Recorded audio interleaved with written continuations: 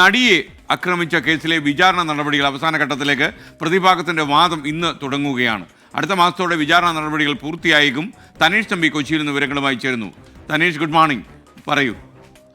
Good morning S K N. 2017 ഫെബ്രുവരിയിലാണ് നടിയെ ആക്രമിക്കപ്പെട്ട case ഉണ്ടാകുന്നത്. ഇപ്പോൾ അടുത്ത മാസം അതിന് 8 വർഷം പൂർത്തിയാവുകയാണ്. അടുത്ത മാസം അവസാനത്തോടുകൂടി, അതായത് ഫെബ്രുവരി അവസാനത്തോടുകൂടി വിധി പ്രസ്താവം ഉണ്ടാക്കാൻ കഴിയുന്ന രീതിയിലേക്കാണ് വിചാരണ നടപടികൾ മുന്നോട്ട് പോകുന്നത്. 2018 മാർച്ചിൽ തന്നെ ആരംഭിച്ച വിചാരണ നടപടികളാണ് അതിൻ്റെ അവസാന ഘട്ടത്തിലേക്ക് കടന്നിരിക്കുന്നു. ഇപ്പോൾ ഈ കഴിഞ്ഞ ഡിസംബർ 18-നാണ് അന്തിമഘട്ട വിചാരണ നടപടികൾ ആരംഭിച്ചത്. കഴിഞ്ഞ ഒരു മാസത്തിലേറെയായി പ്രോസിക്യൂഷൻ്റെ വാദങ്ങളായിരുന്നു നടന്നുകൊണ്ടിരുന്നത്. ഇതിനിടയിൽ തുറന്ന കോടതിയിലേക്ക് കേസ് മാറ്റണമെന്ന നടിയുടെ ആവശ്യം നിരാകരിക്കുന്ന സാഹചര്യമൊക്കെ ഉണ്ടായി. എന്തായാലും ഒട്ടേറെ നാടകീയ സംഭവ വികാസങ്ങളിലൂടെയാണ് ഈ കേസിൻ്റെ ട്രയൽ നടന്നുകൊണ്ടിരിക്കുന്നത്. അത് ഏറ്റവും അവസാന ഘട്ടത്തിലേക്ക്, അതായത് ഇന്നലെ ആണ് പ്രോസിക്യൂഷൻ്റെ വാദം അവസാനിച്ചത്. ഇന്നു മുതൽ പ്രതിഭാഗത്തിൻ്റെ വാദം ആരംഭിക്കും. അതും ഏതാണ്ട് ഒരു മാസത്തോളം നീണ്ടു നിൽക്കുമെന്നുള്ളതാണ് പ്രതീക്ഷിക്കുന്നത്. അങ്ങനെയെങ്കിൽ ഫെബ്രുവരി അവസാനത്തോടുകൂടി കേസ് വിധി പറയാൻ മാറ്റുന്ന രീതിയിലേക്ക് കാര്യങ്ങൾ ക്രമീകരിക്കപ്പെടും എന്നാണ് പൊതുവിൽ പ്രതീക്ഷിക്കപ്പെടുന്നത്. എന്തായാലും കേരളത്തെ പിടിച്ചുകുലുക്കിയ നടിയെ ആക്രമിക്കപ്പെട്ട കേസ് അത് ഏറ്റവും അവസാന ഘട്ടത്തിലേക്ക് കടന്നിരിക്കുന്നു. ഈ കേസിൻ്റെ